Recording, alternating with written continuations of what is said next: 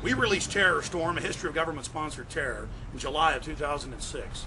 And since then, in just 1 year, it's received more than 7 million views on Google and YouTube alone. We're now releasing Terror Storm 2nd edition with more than 17 minutes of added, powerful information documenting government-sponsored terror. My friends, if you'd like to get a DVD of Terror Storm and support the filmmakers, visit Infowars.com or PrisonPlanet.com, or you can also go to PrisonPlanet.tv and download a higher quality version. But whatever you do, please spread this free video to everybody you can so that they can wake up to the fact that the New World Order is real and is attacking the people. God bless you. Here is Terror Storm, 2nd edition.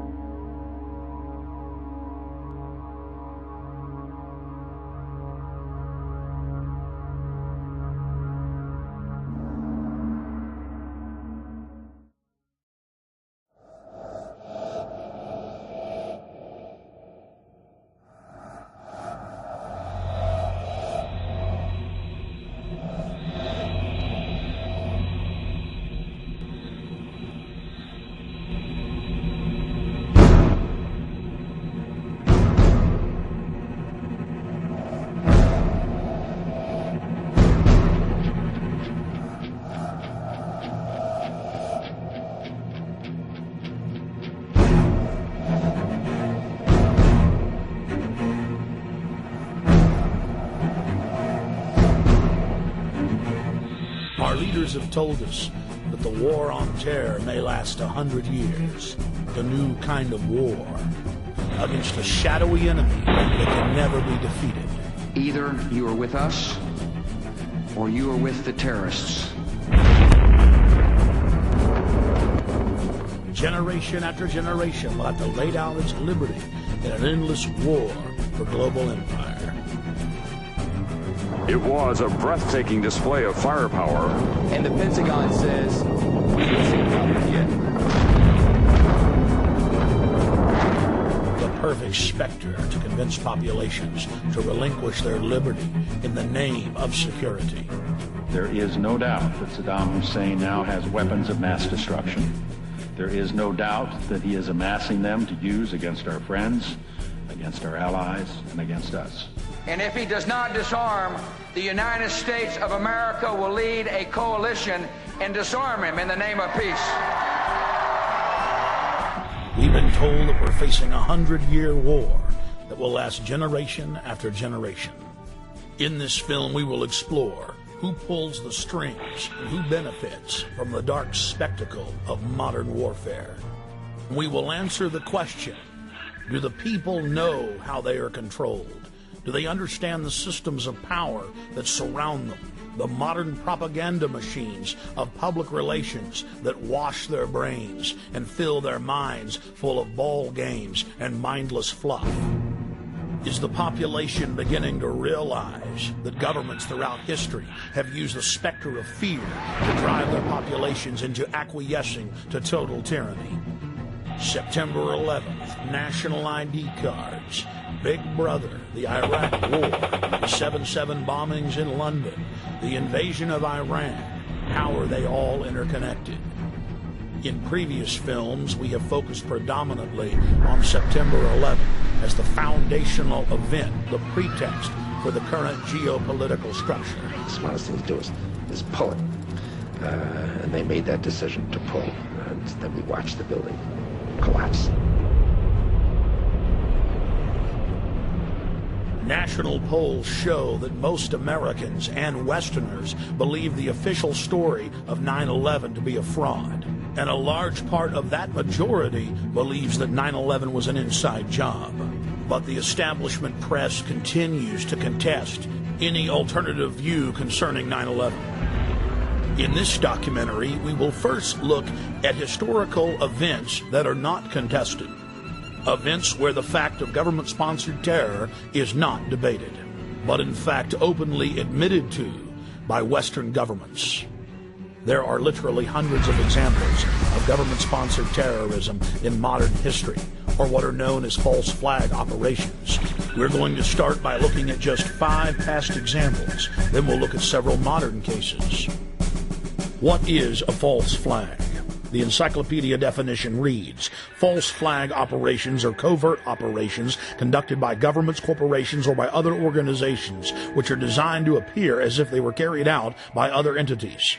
The name is derived from the military concept of flying false colors, that is, flying the flag of a country other than your own. There are many variants of false flag operations, but one of the most popular carried out by governments is to stage a terror attack or horrible criminal incident and then blame it on your political enemies. One of the best-known cases of a false flag op was carried out by the newly elected Adolf Hitler on February 27, 1933.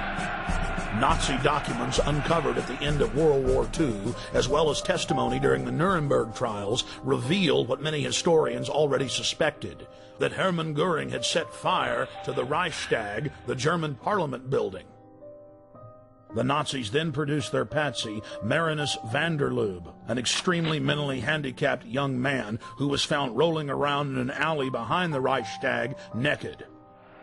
Van der Lubbe was then taken before a Nazi show trial, found guilty, and sentenced to death. He was beheaded on January 10, 1934. Using the crisis he had created to pass laws similar to the USA Patriot Act, Hitler became dictator and set his sights on the world. By March of 1939, Hitler had already seized Czechoslovakia. Having gained both Austria and Czechoslovakia, Hitler desired to move east against Poland. But he did not want to look like the aggressor. Hitler needed an excuse for attacking Poland. It was Heinrich Himmler who came up with a plan. Thus, the operation was codenamed Operation Himmler.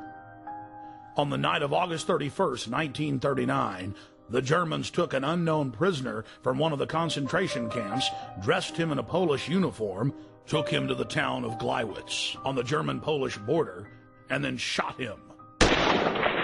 The staged scene with the dead prisoner dressed in a Polish uniform was supposed to appear as a Polish attack against the German radio station. German radio, newspapers, and newsreels were flooded with images of what appeared to be a dead Polish soldier who had dared attack the Reich. Now Hitler had his excuse to invade Poland, and the nightmare of World War II had begun.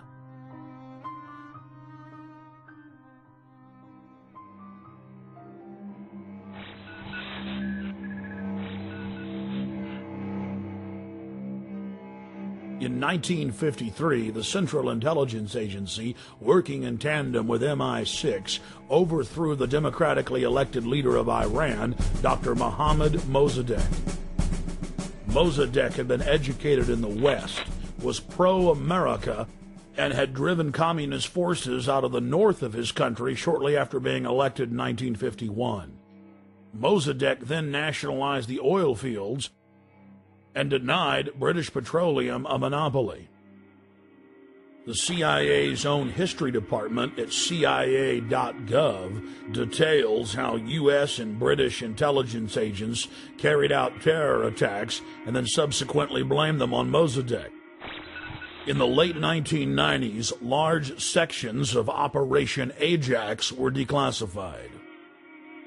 Those who manipulate this unseen mechanism of society constitute an invisible government, which is the true ruling power of our government.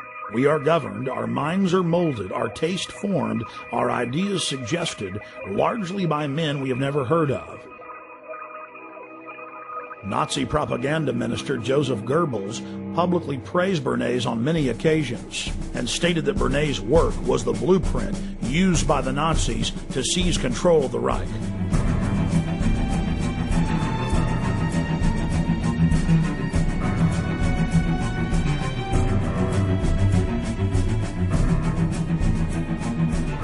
Edward Bernays advanced the science of propaganda light years. But more than 60 years after his heyday, the science of mind control is thousands of times more sophisticated than even Bernays had envisioned. Since the dawn of man, bullies have attempted to dominate and control the tribe. Human history has been one long struggle of the independent free human against organized crime syndicates attempting to enslave him. Brute force has been replaced with intimidation and propaganda. We are manipulated into enslaving ourselves. We are conned into believing that the establishment is our loving keeper and not our parasitic master. The New World Order architects are a group of predatory control freaks who have enslaved humanity and are desperate to keep control of their cattle. The elite is threatened by independent free humans who control their own destinies. They're threatened by intelligence, by beauty, by honor, by family.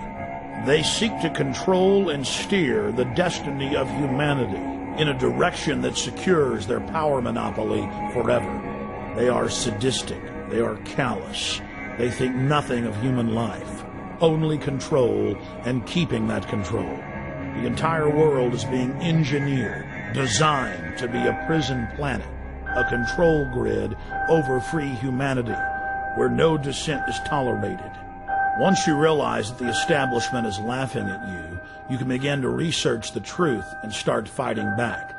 Once you understand their game plan, it's very easy to defeat. Knowing who your enemy is half the battle. Taking action is the other half.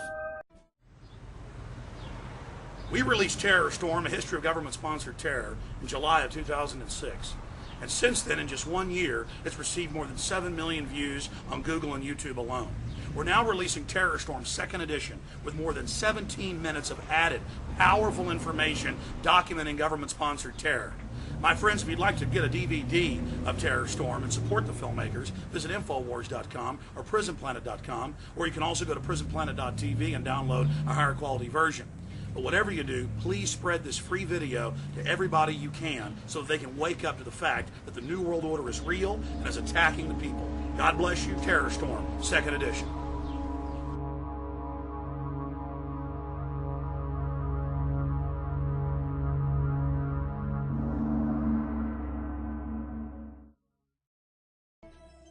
Hey guys, get your cameras on. Yeah, what's going on? I've almost been arrested 3 times every day, anywhere in the city, videotaping anything. It is an absolute nightmare. We're looking for patriots that know what the Bill of Rights and Constitution says, and that can see all of this and know that it's a fraud. 4 planes in 2 hours! How can that be? A cop on 9/11 said that it was going to come down. I don't know how he knew that. On the morning of 9/11, the CIA was running a drill of flying hijacked jets into the World Trade Center and Pentagon. Building 7 is further away from the towers and was not hit by planes. So if your building's owned by Larry Silverstein, it collapses because he's got a big fat insurance policy. And the Project for New American Century said that we need a terrorist attack on the Order of Pearl Harbor to get the American people behind a war. Prescott Bush, he did a number of things that were not only anti-American, but were pro-Hitler. A lot of people aren't going to know what I don't really know what it is. Why don't you talk about NORAD standing down, Michael? Why not the really hardcore 9/11 issues? Thank you, and goodbye. The ritual? That's none of your damn business.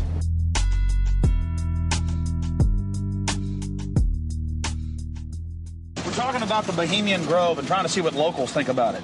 You're talking about the Bohemian Grove, quote-unquote elite and presidential retreat. I can't even begin to imagine what we're going to discover when I infiltrate tomorrow. What about the rituals? Have you heard anything about the rituals that go on? Oh, there's all kinds of rumors about rituals. Oh, no.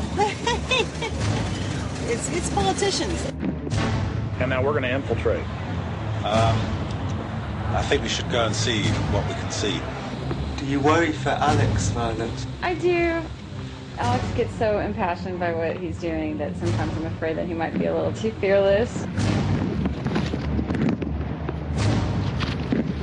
While we're inside the Bohemian Grove. Citizens on Earth sets us free.